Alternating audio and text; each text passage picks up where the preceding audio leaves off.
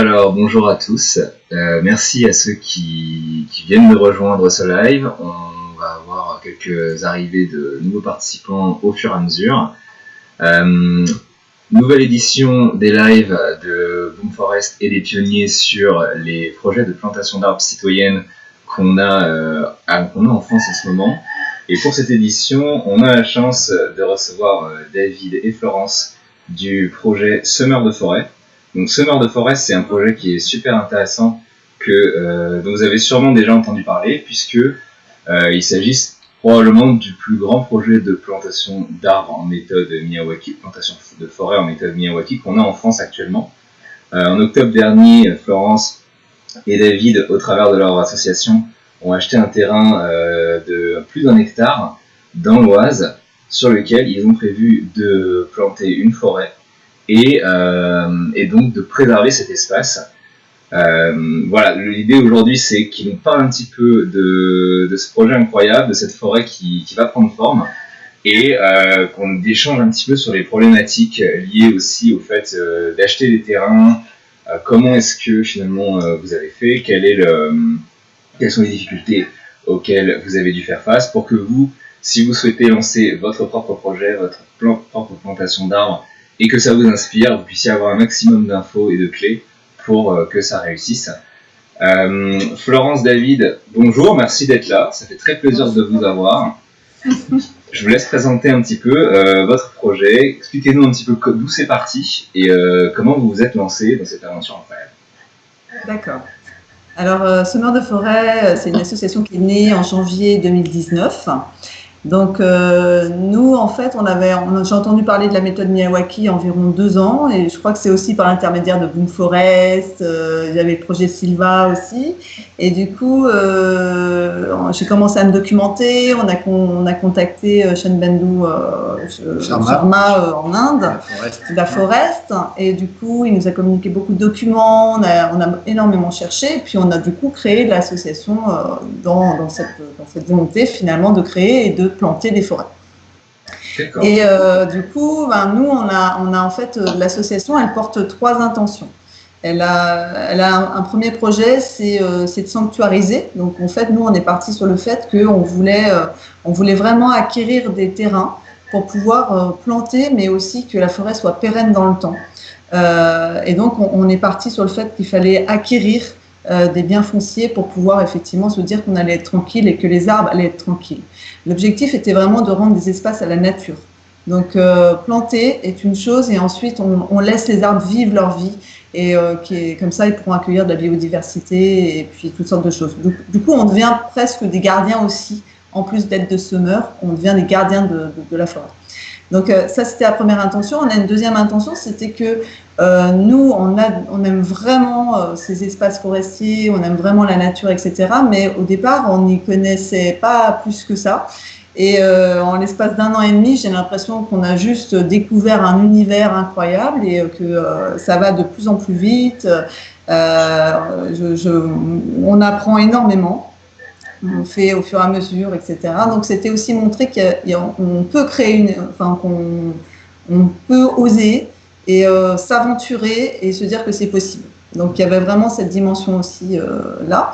Et puis, la troisième intention, c'était vraiment de reconnecter, de sensibiliser l'homme à la nature, et de commencer à se dire, c'est pas juste quelque chose qui crée un espace un peu naturel dans une ville ou dans un espace sauvage, c'est que c'est un être vivant à la base, et c'est de commencer à le découvrir aussi. Donc voilà les intentions des semeurs. Donc ensuite, on a commencé à chercher un terrain. Ouais. Et on a trouvé un terrain. On voulait absolument que ça soit dans un maximum 1 heure de là où on habite. On habite en région parisienne, et donc on a trouvé dans l'Oise. Et donc on a trouvé 1 hectare 4, donc il y a une ancienne pâture. Et quand on est arrivé, on est tombé sous le charme de ce terrain, parce qu'on a juste eu l'impression qu'il pouvait accueillir cette première forêt. Et ensuite, on a acheté, on a eu le terrain en octobre, et on a tenté une première plantation en décembre, début décembre, donc de l'année dernière. On a planté environ 400 arbres. vraiment en technique Miyawaki pure. D'accord. Donc 3 arbres par mètre carré. L'idée, c'était quand même aussi, nous, d'expérimenter. Ouais. Et vu que, comme vous, quand vous avez commencé, nous, c'est pas du tout notre métier à la base. Donc, par l'expérience, en fait, corriger au fur et à mesure, rencontrer des difficultés, les lever, voir avec toutes les personnes avec qui on travaille, les bénévoles aussi, qui ne se connaissent pas non plus, en tout cas pas pour certains, et lever les difficultés et par cet apprentissage, à chaque fois, améliorer les prochaines phases de plantation qu'on fait. Donc, on a fait une deuxième phase de plantation en mars, où là, on a planté environ 1000 arbres. D'accord. Et on va en faire une en octobre-novembre où on envisage d'en planter 2000 à peu près. Et sachant que la difficulté principale qu'on rencontre, c'est vu que c'est quand même assez éloigné de là où on habite et on va dire de notre réseau proche et de grands centres urbains, en fait, c'est de faire venir du monde sur le terrain. Donc c'est ça qui est un peu le challenge à chaque fois. Donc il faut qu'on communique beaucoup, qu'on mobilise, limite en envoyant des SMS à tout le monde en leur disant venez sur le terrain. Donc jusqu'à présent ça a bien marché, mais c'est toujours un petit stress de se dire bon, est-ce qu'on va y arriver quoi, parce qu'une fois que les arbres arrivent, tu peux pas attendre 2 mois pour les planter quoi. Et ouais, c'est sûr, on va en reparler parce que c'est vrai que c'est des questions qui sont super intéressantes et je pense que les spectateurs qui nous regardent sont aussi un peu à l'affût de savoir comment est-ce que vous avez réglé ces problématiques-là, parce que c'est vrai que quand on regarde un petit peu ce qui se fait aujourd'hui dans les projets de plantation d'arbres, on a l'impression qu'on a d'un côté des projets un petit peu comme ce que fait Boom Forest, qu'on fait nous avec les pionniers, c'est-à-dire des projets de plantation urbaine, où on va trouver des espaces qui font aller entre 200-300 mètres carrés, voire 600 mètres carrés si on a de la chance, mais on est quand même dans des zones qui sont très denses. Et là, on va venir planter des mini-forêts urbaines. Donc nous, c'est ce qu'on fait. Et puis après, il y a une autre approche assez différente qui est celle que nous avait présentée aussi Yann la dernière fois qu'on a fait ce live, puisqu'il nous a parlé de son projet, le projet Silva, qui a été un des précurseurs en France sur ce sujet. Et c'est aussi votre approche, vous, c'est même encore au-dessus, puisque je sais que lui, il avait planté 1 hectare sur la forêt du Garric, et là, on est sur 1,5 hectare. Et moi, j'aimerais que vous nous expliquiez un petit peu pourquoi vous êtes parti dans cette direction, pourquoi vous vous êtes dit on va acheter un terrain, parce que c'est quand même des problématiques qui sont assez intenses, probablement plus lourdes que celles que nous, auxquelles on a eu à faire face quand on s'est lancé. Donc qu'est-ce qui vous a motivé à partir dans cette direction-là plutôt ? Sur l'achat du terrain, ça, on ne s'est pas trop posé la question. En fait, nous, on s'est dit que ça allait être un projet qui allait demander beaucoup d'énergie, beaucoup d'investissement de notre part, et que si c'était pour que les arbres soient coupés dans 50 ans, parce que je sais pas, le propriétaire meurt et puis que les héritiers sont pas d'accord sur ce qu'ils veulent faire, ou ils sont d'accord mais il faut couper, ou que ça soit une municipalité qui finalement il y a une rocade qui doit se faire, ou un parking ou un projet, et il y a des élections tous les 6 ans quand même dans les municipalités, donc c'est un risque qu'on n'avait pas trop envie de courir. D'accord. Donc on s'est dit la seule manière, on a cherché les manières de pérenniser, d'être sûr, et on a trouvé à l'époque que l'achat. On a toujours le risque d'expropriation, mais c'est le seul qu'il y a. Et depuis, on a vu, vous en avez déjà parlé avec Yann aussi la dernière fois, l'obligation réelle environnementale, qui permet de protéger, sur laquelle on est en train de travailler, mais ça protège que sur 99 ans. Bon, c'est pas mal. Mais... Ouais, en fait, nous, l'objectif, c'était de s'inscrire dans un temps qui n'est plus le nôtre. C'est-à-dire qu'un arbre, une forêt, c'est bien au-delà de la vie humaine. Et on sait qu'on ne verra pas forcément les fruits de tout ce qu'on a planté, etc. Et c'est pas grave, parce que vraiment, c'est comme si on se mettait au service de quelque chose de plus grand que nous. En fait, il y a vraiment cette notion de...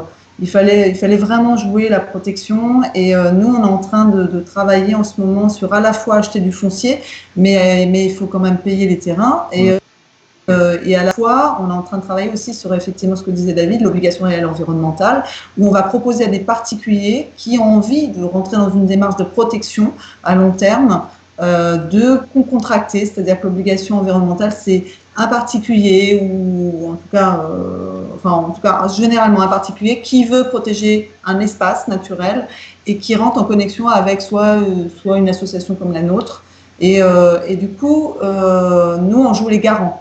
Et ça, c'est valable pour 99 ans. S'il y a succession, s'il y a quoi que ce soit, etc., la forêt est pérennisée, les arbres sont pérennisés. C'est lié au terrain, c'est pas lié à la personne. Ouais. C'est pas comme une convention qu'on signe entre deux personnes. Là, c'est inscrit au registre des hypothèques. Et ensuite, ça, de mutation en mutation, ça reste attaché au terrain pour 99 ans. Donc ça, c'est une piste qu'on étudie. On étudie bien, mais on voit plein de défis aussi. Parce qu'on a rencontré déjà une personne qui veut poser une ORE sur un espace en fait, où il y a quand même du bâti. Et on s'est aperçu que il y avait des choses à faire, il y avait des choses aussi fallait emmener la personne à découvrir ce que c'était que la forêt, et que la forêt, c'est pas juste un grand jardin. Donc voilà, il y a d'autres types de contraintes en fait. Donc et puis bien sûr l'achat du terrain, ça amène des défis en tout cas financiers, parce qu'il a fallu qu'on trouve à partir du moment où on achète, il faut qu'à telle date on ait les sous. Et il n'y a pas de subvention pour qu'une association achète des terrains. Donc là, on a fait uniquement en crowdfunding et aussi en prêt auprès des gens de l'association. Donc ils sont tous cotisés pour faire des prêts, pour qu'on ait les 27 000 euros que ça nous a coûté donc au départ. Et ensuite, petit à petit, avec les dons toujours, parce que les adhésions, le crowdfunding est toujours en cours, on rembourse en même temps qu'on fait la plantation. Donc il y a une partie qui va à la plantation et une partie qui va au remboursement. Et on pense avoir remboursé d'ici 2 ans à peu près le premier terrain. Après, par rapport au projet Sylva, c'est vrai que nous, ça a été beaucoup une inspiration. On l'a eu longtemps au téléphone, et je trouve que ce qu'il fait, c'est vraiment bien. Donc je dirais pas que nous, c'est encore plus ambitieux, parce que lui, il en est déjà à sa 2e, et puis il va en faire d'autres. Donc peut-être que le terrain est plus grand, mais on verra bien. Déjà, je ne sais pas si on va tout faire en Miyawaki pur à 3 arbres par mètre carré. Déjà, on a commencé à espacer, parce qu'on s'est rendu compte que sinon, ça serait un travail absolument titanesque. Donc, on ne va pas au bout, quoi. Et puis, sur la notion de temps long, nous, l'idée, c'est aussi de lancer une dynamique, d'apporter plein d'essence à cet endroit-là qui manque, de faire en sorte que ça parte bien, et puis après, ça va se replanter tout seul. Donc, on n'est pas aussi… peut-être la différence qu'il y a entre les projets de forêt urbaine et puis notre projet à nous, c'est que c'est pas un projet tellement pour que les gens viennent voir ce qui se passe, et pour que les habitants autour voient vite leur projet grandir. Nous, on fait ça pour que dans 50 ans, dans 100 ans, on n'est pas pressé en fait. On n'est pas pressé. C'est plus la logique de créer un sanctuaire, une zone à réensauvager qui sera ensuite préservée, plutôt que intégrée dans un lieu d'habitation, comme ça peut être le cas des projets urbains finalement. Oui, exactement. Ouais. C'est ça. Donc je trouve que les 2 approches sont complémentaires en fait. Après, il y a plein de choses à connaître. Nous, on a découvert plein de défis, en fait. C'est-à-dire que, par exemple, lorsque tu veux planter une forêt de plus d'un demi-hectare, il faut passer par la DREAL. Donc, c'est la direction de l'environnement. Et du coup, il faut expliquer le projet, il faut qu'on ait leur aval, il faut leur dire, il faut monter patte blanche, etc. Donc, il y a vraiment toute une démarche aussi qu'on connaissait pas. Il faut obtenir une autorisation. Une autorisation de planter la forêt. D'accord. Il faut sortir des zones de chasse. Parce que c'est hyper organisé, zone de chasse, donc on découvre aussi ça, il faut passer en préfecture, il y a énormément de choses à faire, mais tout est faisable. Donc nous, l'expérience qu'on est en train d'acquérir, on va pouvoir la communiquer ensuite. Et la taille, justement, la taille que vous avez sélectionnée, est-ce que vous aviez tout de suite dans l'idée de vouloir quelque chose de vraiment important, 1,4 hectare, ou est-ce que c'est parce que le terrain était dans cette configuration-là que vous vous êtes dit ok, on y va. Est-ce que vous aviez tout de suite une taille minimale en tête, parce que je sais que c'est notamment le cas de ce que fait Yann Rock, ou est-ce que c'est un petit peu l'occasion qui a dessiné le projet à ce niveau-là? C'est un petit peu les deux. On voulait le plus grand possible. Donc, si on avait eu 10 hectares pour le même prix, on les aurait pris. Oui. Voilà. Et aussi parce qu'on se dit, après, c'est un terrain qui va nous servir pour plusieurs années. On ne se dit pas, il faut un terrain par an, par exemple. Oui, bien sûr. Parce que Yann, lui, c'est ça qu'il fait. Il plante, il a un terrain, il plante en fonction des sous qu'il a. Puis après, il change de terrain l'année suivante. Nous, ce qu'on se dit, c'est que ce terrain-là, il va nous servir pour plusieurs années. Et donc, si on avait eu plus grand, il y a aussi la question de l'occasion, hein, du tarif, effectivement, et puis des sous qu'il fallait réunir. Donc, par rapport à tout ce qu'on voyait passer comme annonce, quand même à moins d'1 heure de Paris, hein, c'est ça aussi la contrainte. On avait un très bon rapport entre surface et puis tarif, sachant que quand tu achètes aussi des terres agricoles, là, c'était pas une terre agricole, donc elle rentrait pas dans le domaine de la SAFER, mais souvent il y a la SAFER qui peut faire préemption en fait sur les terrains. Donc ça, on n'a pas eu ce problème-là. Mais justement, je vous propose qu'on explique un petit peu les étapes par lesquelles vous êtes passé, parce que ce qui est intéressant avec votre démarche aussi, au-delà évidemment du côté du projet dont vous parlez, c'est l'aspect itératif de la démarche, comment vous l'avez adapté. Donc, mettons qu'on ne connaît pas du tout votre projet, par où vous avez commencé? Donc, vous avez commencé à chercher un terrain, vous vous êtes dit quoi? Vous vous êtes dit on va aller sur le Bon Coin, on va regarder s'il y a des particuliers qui vendent des terrains non constructibles dans telle zone géographique. Alors, ça c'est moi qui ai regardé. Donc moi je suis pas. Alors on l'a trouvé sur le Bon Coin, mais je m'étais mis sur tous les sites d'annonces immobilières et puis de vente de biens, même de. Donc il y avait Agri Affaires, il y avait le Bon Coin, il y avait particulier à particulier. Enfin tous les sites je les avais. Et puis j'avais des alertes. Donc tu reçois 50 alertes par jour. Où tu regardes, et assez vite en région parisienne, parce que tu te rends compte que tu as des très petits terrains finalement pour le même tarif. Donc on avait des choses de 600 mètres carrés et encore c'était souvent beaucoup plus cher. Donc au fur et à mesure tu prends connaissance en fait, tu t'imprègnes du marché et puis des tarifs. Et finalement il y a cette annonce là qui est sortie où elle m'a sauté tout de suite aux yeux. Je me suis dit oh là mais c'est vraiment pas cher. Un terrain comme ça, à ce prix-là, je n'en avais pas vu passer sur les 5000 annonces que j'avais vues avant. Donc, du coup, on a sauté dessus, en fait. C'est comme ça qu'on a fait. Donc, si quelqu'un qui voudrait faire la même chose, c'est ça, c'est juste, il faut s'imprégner du marché. On met ses annonces et au bout de 2 mois, tu connais le marché autour de chez toi. Et ensuite, la phase d'après, ça a été de constituer... ça a été en même temps constituer une équipe en fait, pour trouver l'argent. On s'est formé avec Nicolas de Brabandière chez Urban Forest en Belgique, donc à la technique. Il nous a donné du coup des conseils. On a fait ça l'an dernier en fait. Et moi, il y a vraiment eu. J'ai tendance à en parler parce que ça m'a vraiment surpris. Dans notre inconscient, dans l'inconscient collectif, pour moi, une forêt, c'est des grands arbres qui effectivement sont plantés en alignés, etc. Qui se baladent dans la forêt. Et en fait, il nous a montré une forêt qui était vraiment format Miyawaki et vraiment laissée comme ça. Et je me suis dit, mais c'est ça une forêt, une vraie forêt. Et en fait, c'est plein de pousses qui vont de tous les côtés, avec des étagements, avec effectivement une collaboration entre les essences, etc. Et ça a été vraiment une espèce de révélation pour moi, en train de me dire, mais en fait, je me suis laissé inspirer par les dessins animés Walt Disney avec le fait tout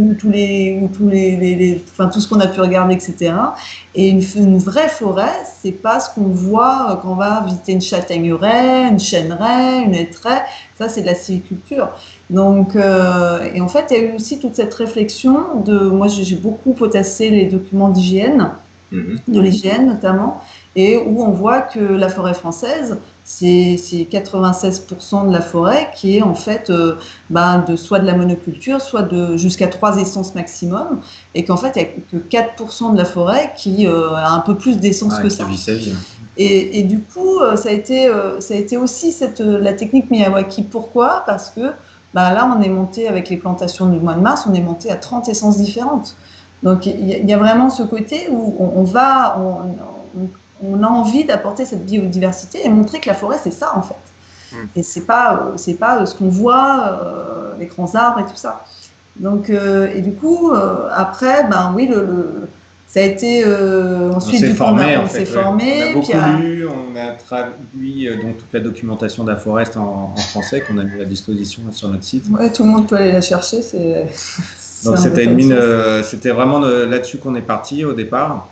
Et donc Aforest, pour ceux qui ne connaissent pas, c'est une entreprise indienne. Lui, il a bossé avec Miyawaki, il travaillait chez Toyota, je crois. Et il y a Miyawaki qui est venu faire une forêt pour Toyota. Et il a eu le coup de cœur et il s'est dit, bah voilà ce que je veux faire. Et donc il est passé d'ingénieur à encore ingénieur, mais ce coup-ci il fait des forêts Miyawaki en Inde.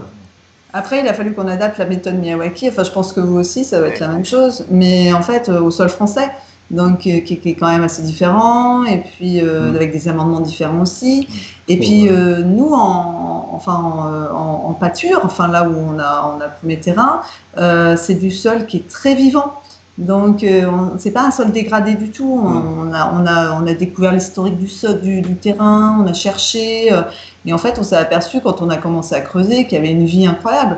Donc, on s'est dit, est-ce que on va aller, comme dit la méthode Miyawaki, à tout retourner. À l'appel et en fait, c'est là. Ouais, voilà. Vous êtes complètement dans ce cas-là. Mais nous, on s'est retrouvés dans la même problématique que Yann Rock, et donc on a contacté. Il nous a dit, mais vous y allez, quoi. Ouais, parce que ça aurait été un trop gros travail de retourner 1,4 hectare sur 1 mètre de profondeur, en fait. Ça n'aurait pas eu de sens sur notre terrain. Nous, à peine tu donnes un coup de bêche, tu as 5 vers de terre. Donc, le terrain est déjà bien vivant. Très vivant. Il est déjà en évolution de forêt parce qu'en fait, il y avait des essences très pionnières sur les rebords.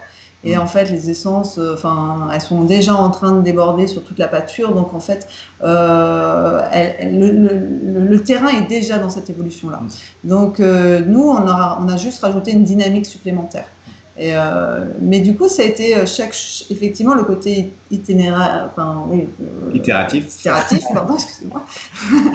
C'est vraiment le côté où il a fallu apprendre à chaque fois. Moi, là, en ce moment, je travaille beaucoup sur tout ce qui est plantes bio-indicatrices pour connaître le sous-sol du terrain. Qu'est-ce qu'il y a sous un sol et d'observer quelles sont les essences qui sont là, quelles sont les fleurs qui sont là, quelles sont les plantes qui sont là.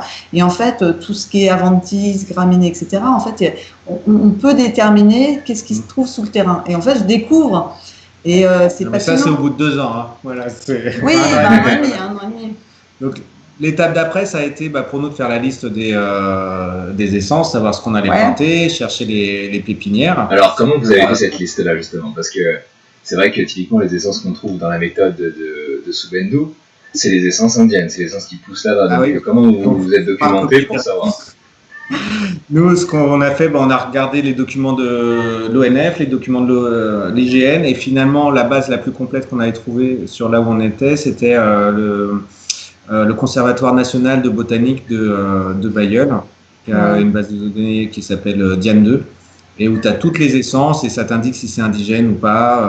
La répartition, elle est super bien faite. Donc, on a relevé tout ce qu'il y avait d'indigène. On a repéré toutes les essences qui étaient déjà sur le terrain. Voilà. Et du coup, en fait, on a commencé à faire. Je pense que vous faites la même chose, mais du coup, le public ne le sait pas. Mais il y a toute une histoire d'essences majeures, d'essences secondaires et d'essences mineures, avec du coup des étagements différents, avec des arbres de canopée, des arbres de moyenne taille et puis des arbustes. Et du coup, il a fallu qu'on fasse ce rapport comme la technique. On décide en fait la forêt qu'on voulait faire. Et du coup, on a vraiment pris toutes les essences indigènes et on a commencé à placer surtout celles qui se plaisaient profondément, enfin qui étaient déjà très présentes et qui avaient vraiment envie de coloniser le terrain. Du coup, on a mis, on a mis en essence majeure du chêne, on a mis de l'érable, sycomore. Et qu'est-ce qu'il y avait d'autre, et de l'aubépine. L'aubépine beaucoup, sur place, c'était très riche.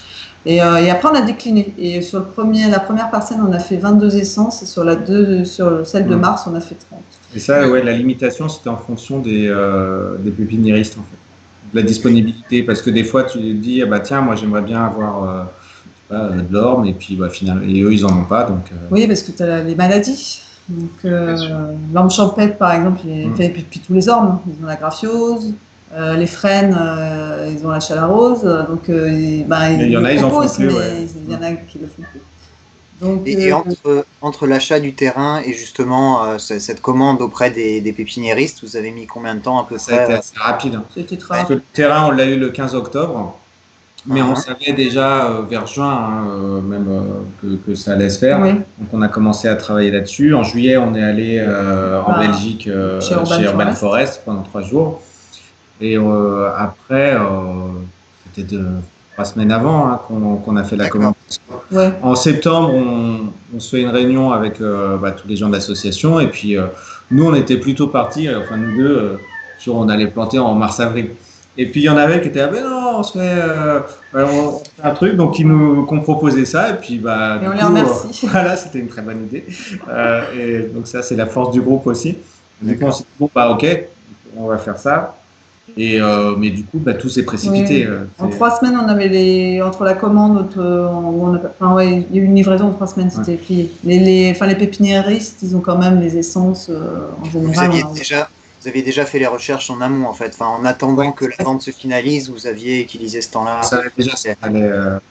Mais c'est vrai que quand on a voulu faire en mars, on a voulu juste changer de pépinière, juste pour voir un peu ce qui se passait chez différents pépinière, et en fait on s'est retrouvé avec de la racine nue.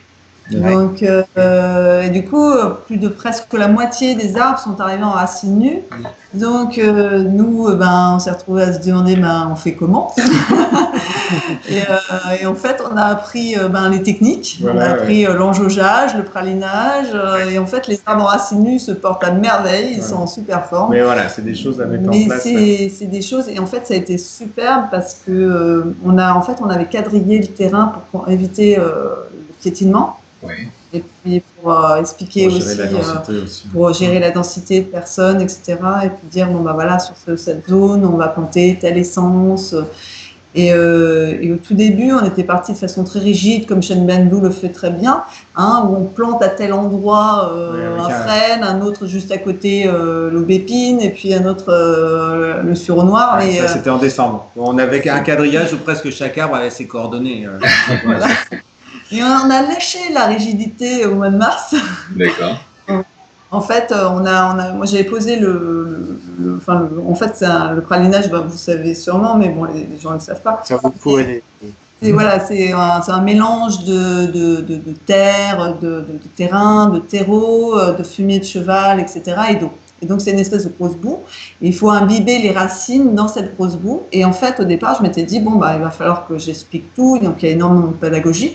Et les gens tous les bénévoles qui sont venus planter, se sont appropriés complètement la technique et sont venus chercher, ont récupéré les arbres, ont praliné eux-mêmes. Et en fait, on leur disait, vous allez sur cette zone. Et en fait, ils se sont plantés au hasard, en fait. Ça a été totalement naturel et c'était super. Alors, tu dis, ça a été planté totalement de façon naturelle et presque finalement à la répartition aléatoire.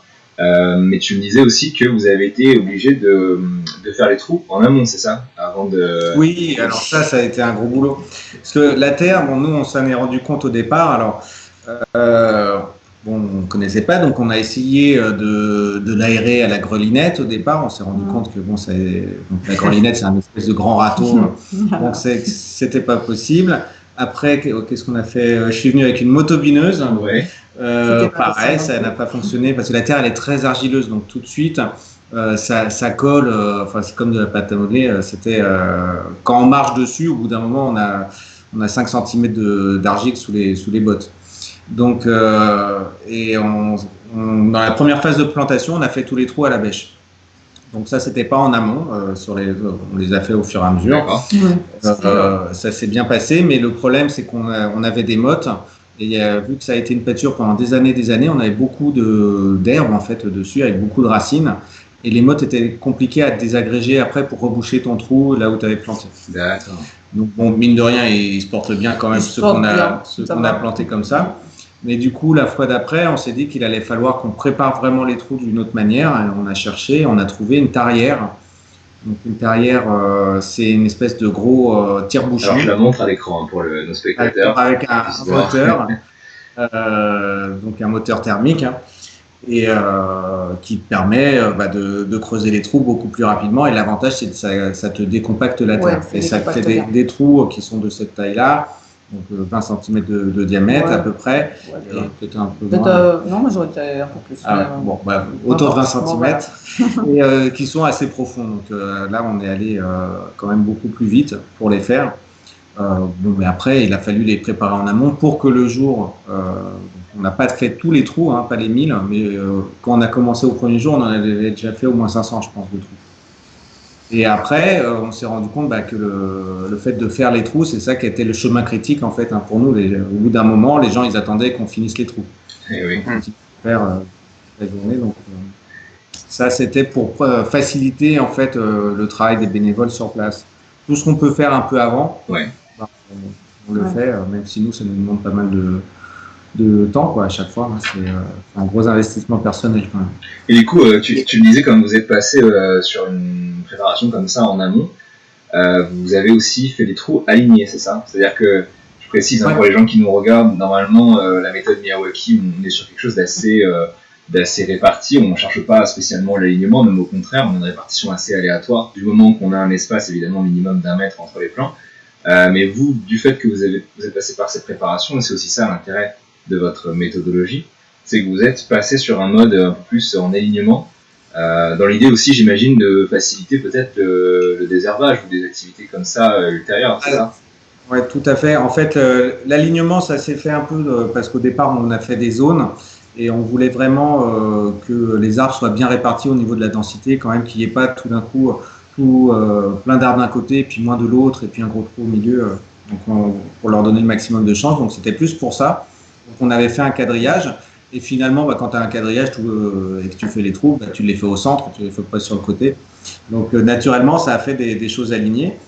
Et il se trouve qu'on n'avait pas anticipé le débroussaillage à ce moment-là, mais c'est vrai que c'est super plus pratique quand c'est aligné parce que tu intègres assez vite les distances entre les arbres et ça t'évite de les couper avec la débroussailleuse. Donc c'est en plus, dans la deuxième phase de plantation, on les a éloignés d'1 mètre. 1 mètre entre chaque arbre. Alors dans la première phase, tu avais 3 arbres par mètre carré. On a adapté la méthode Miyawaki. On est parti sur le fait que déjà parce que 3 arbres par mètre carré, c'est vraiment beaucoup. Et puis au niveau finance, à plein de niveaux. Hein. Donc et on s'est dit qu'on allait les espacer. Et c'est ce que fait aussi Yann Rock. Et là, on est en train d'envisager peut-être des espacer encore un tout petit peu plus. On y réfléchit pour le mois de novembre. Du coup, il n'y a pas forcément effectivement ce côté très flamboyant d'un coup, mais de toute façon, c'est lancer la dynamique de la forêt en fait. Et ensuite, elle va vivre sa vie. Et puis, on est un peu moins pressé. Ouais, c'est vrai que le côté qui pousse, les forêts qui poussent 10 fois plus vite, tout ça, finalement, c'est un peu moins important pour nous. La vitesse de pousse. Je voudrais juste revenir sur les arbres, parce qu'on a parlé de racines nues. Effectivement, les gens, avant d'en avoir sous les yeux, on sait rarement ce que c'est. Les racines nues, c'est effectivement des arbres qu'on reçoit sans aucune terre attachée aux racines. Hein.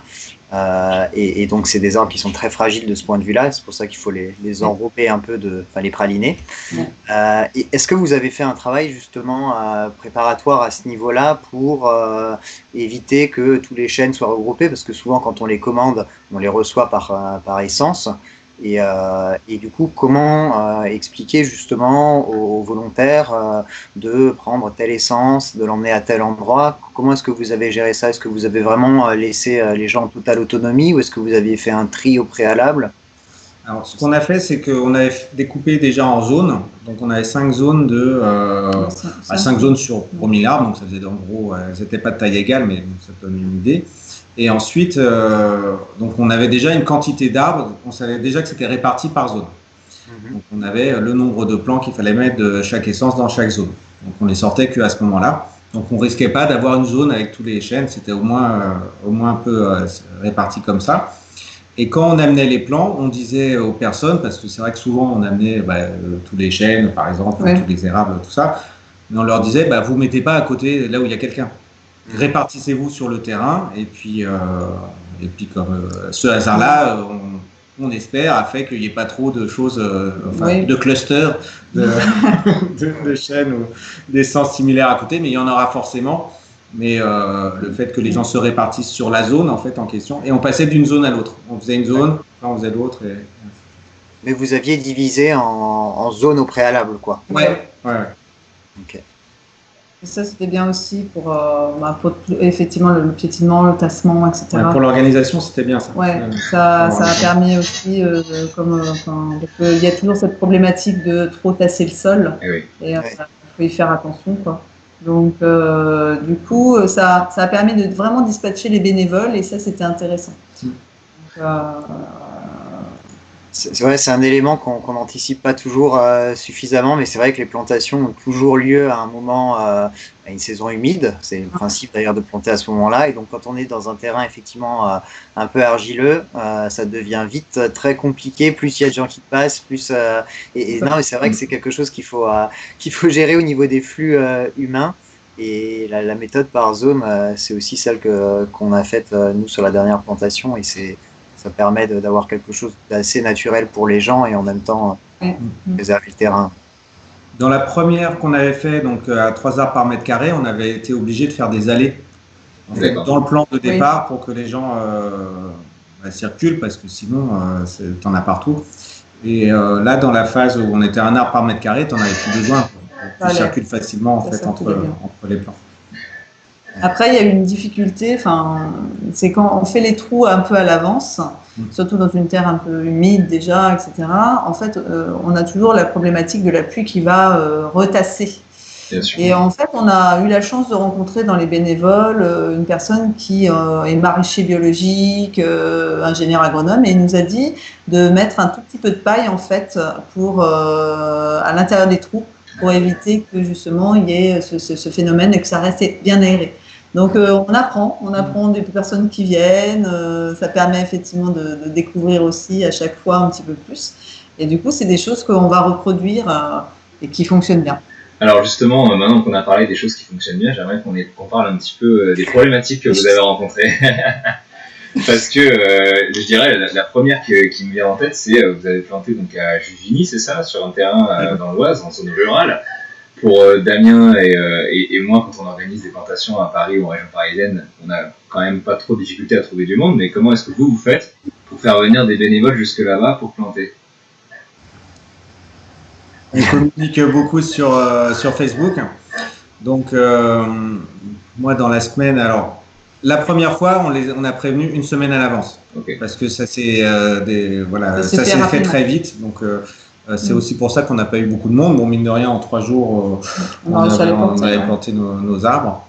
La deuxième fois, on avait prévenu 2 ou 3 mois à l'avance, et puis je faisais des rappels sur Facebook, on mettait dans nos newsletters. Et j'ai plus ou moins un fichier des personnes qui sont déjà venues planter. Et on a même fait un groupe WhatsApp exprès pour ça, pour les personnes que tu sais déjà qu'elles sont actives dedans, pouvoir elles les ressolliciter facilement. Et voilà, il faut harceler les gens en fait. Le secret, c'est ça en fait.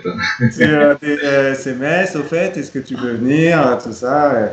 Et en plus, Florence était absente lors de la dernière journée en fait, de plantation. Et là, on avait beaucoup d'arbres à planter qui nous restaient. Donc, j'avais vraiment sollicité beaucoup en disant venez vite et en faisant un peu pleurer dans les chaumières. Et on a eu beaucoup de monde qui est venu. C'est vrai que c'est un peu toujours... Sur Facebook, il y a beaucoup de gens qui te mettent « je suis intéressé ». Donc, nous, assez rapidement, on a 80 personnes qui sont intéressées par l'événement. Mais ce qu'on a appris aussi, c'est quelqu'un qui dit qu'il est intéressé par l'événement sur Facebook, c'est comme un live en fait, ça ne veut pas dire qu'il va venir. Donc même des fois quand il dit je participe, ça ne veut pas dire qu'il va venir non plus. Donc ça c'est un peu la difficulté. Ouais. Donc par newsletter, par Facebook, par le WhatsApp et puis par téléphone. Et nous on est assez actifs en associatif aussi dans notre ville. Donc à chaque fois qu'on rencontrait quelqu'un, c'est tiens on va faire ça ce week-end, ça t'intéresse pas ? Mais du coup, il fallait organiser les covoiturages, fallait trouver suffisamment de matériel pour tout le monde. Il y a quand même une logistique du coup, que vous rencontrez aussi.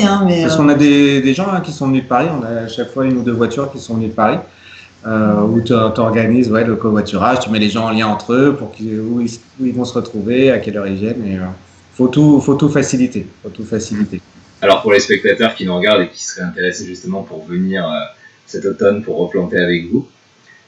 Comment est-ce qu'ils peuvent vous suivre ? Donc on peut vous suivre sur Facebook et on peut vous suivre sur votre site internet, c'est là où on va avoir les infos pour savoir connaître les dates, le lieu exact, c'est ça ?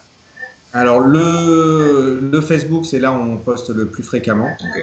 Donc c'est ça qui est le plus à jour. Le site internet aussi, et puis je les invite à s'inscrire à nos newsletters où là vraiment il y aura tout le calendrier qui sera indiqué. Je pense que bientôt on va le donner le calendrier pour cet automne. Tout le mois de novembre. Voilà, vers octobre-novembre, je sais pas. Faut qu'on voit. Et donc oui, la newsletter et puis Facebook. Tous les liens, je mettrai tous les liens du site et du Facebook du coup dans la description de ce live. N'hésitez pas à suivre le travail de Florence et David. On fait une newsletter par mois où on met des informations, bien sûr on avertit sur les plantations, mais on essaye aussi que ce soit une newsletter vraiment d'informations, où on transmet des connaissances aussi. Oui, on essaie de faire de la pédagogie pour que justement ça puisse être, en tout cas que l'expérience qu'on est en train de mener soit réappropriée par d'autres. Donc toutes les choses qu'on a menées, tout ce qu'on a découvert, tout ce qu'on a rencontré et comment on a fait, et les questions qu'on se pose aussi. Donc, on a eu notamment lorsqu'on a eu l'Adréal, l'histoire de l'Adréal par rapport au fait que là, au départ, on a eu un refus. Et du coup, on s'est retrouvé à se dire ah bon, on a intérêt à pas pouvoir planter comme on veut. Et en fait, on a envoyé une sorte d'appel à tous. Et en fait, il y a des forestiers, il y a des experts forestiers qui sont intervenus, il y a des personnes qui connaissaient un tel, etc. Ils nous disaient on est là pour vous aider, on va.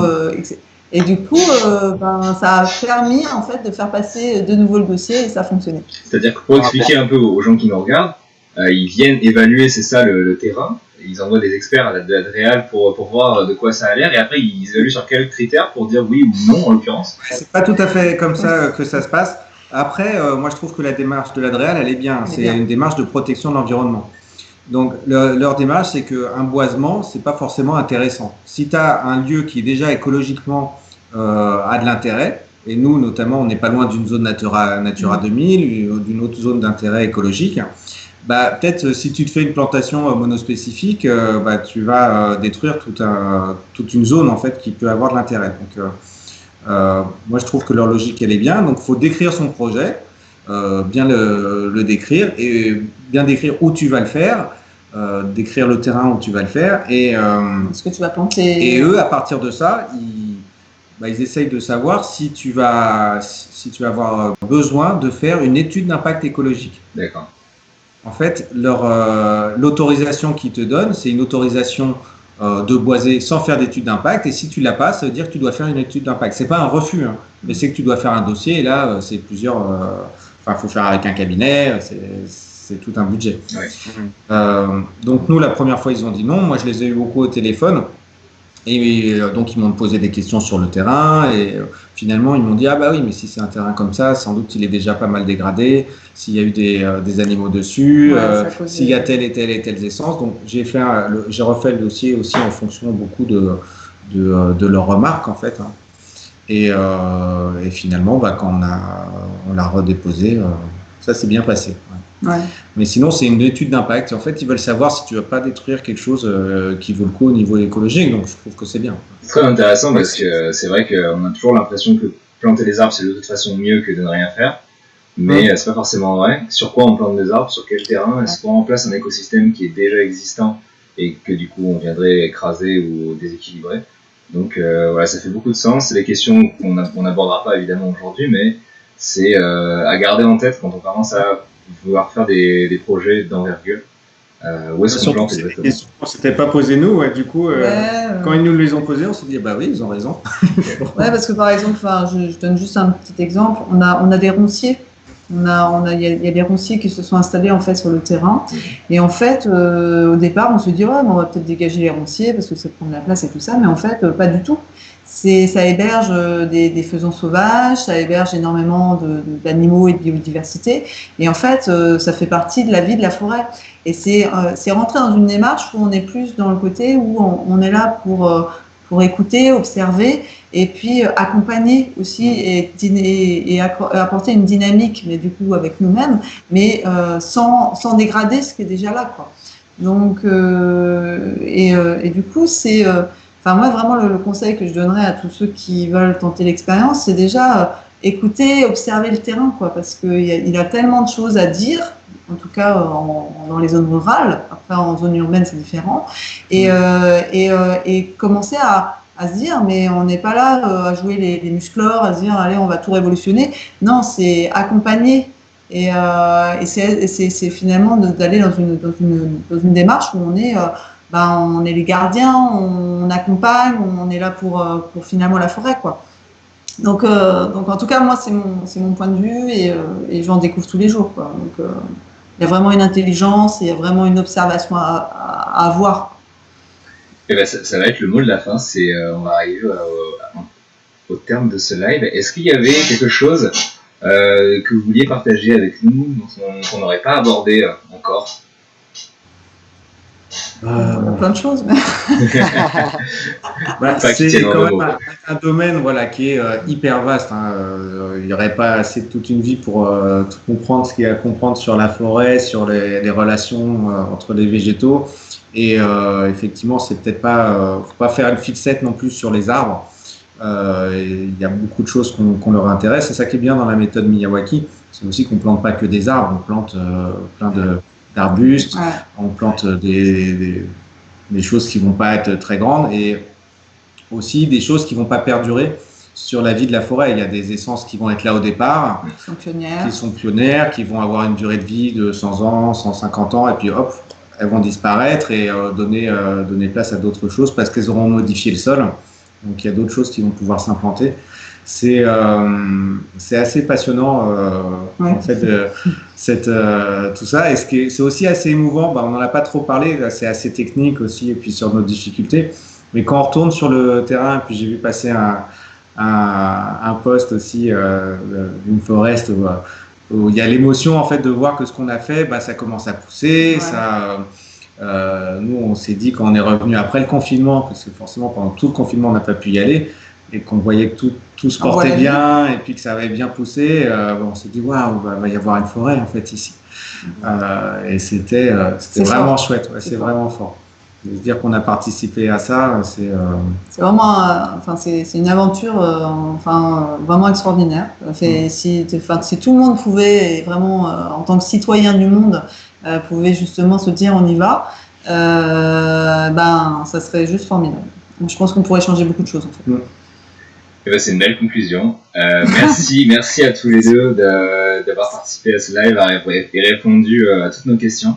C'était encore une fois super intéressant de vous avoir et c'est un projet formidable.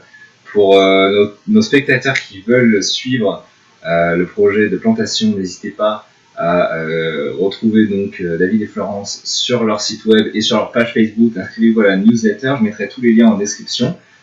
Et Damien, est-ce que tu voulais ajouter quelque chose ? Pas spécialement parce que c'était très très bien résumé. Moi, juste ce que je trouve super intéressant aussi dans votre projet, c'est que même si vous avez un énorme terrain et vraiment un grand chantier, vous faites les choses petit à petit. Ça vous a pas fait peur. Vous continuez d'apprendre et ce processus-là, il est super intéressant. Et souvent, des gens nous contactent aussi pour nous dire ah, j'ai un grand terrain, mais je sais pas si je veux tout faire une forêt, ça me fait un petit peu peur. On peut aussi faire petit à petit et affiner un petit peu le projet comme vous êtes en train de le faire. Et ça, c'est vraiment quelque chose de très intéressant parce qu'en plus, ça a de la valeur tant pour vous que pour le terrain que vous êtes en train de restaurer. Donc ça, c'est vraiment super. Merci. Merci à nos spectateurs. On espère que ça vous aura inspiré à planter vos propres forêts, mener vos propres projets. On vous dit à très bientôt pour un prochain live. Au revoir. Bientôt. Merci. Au revoir.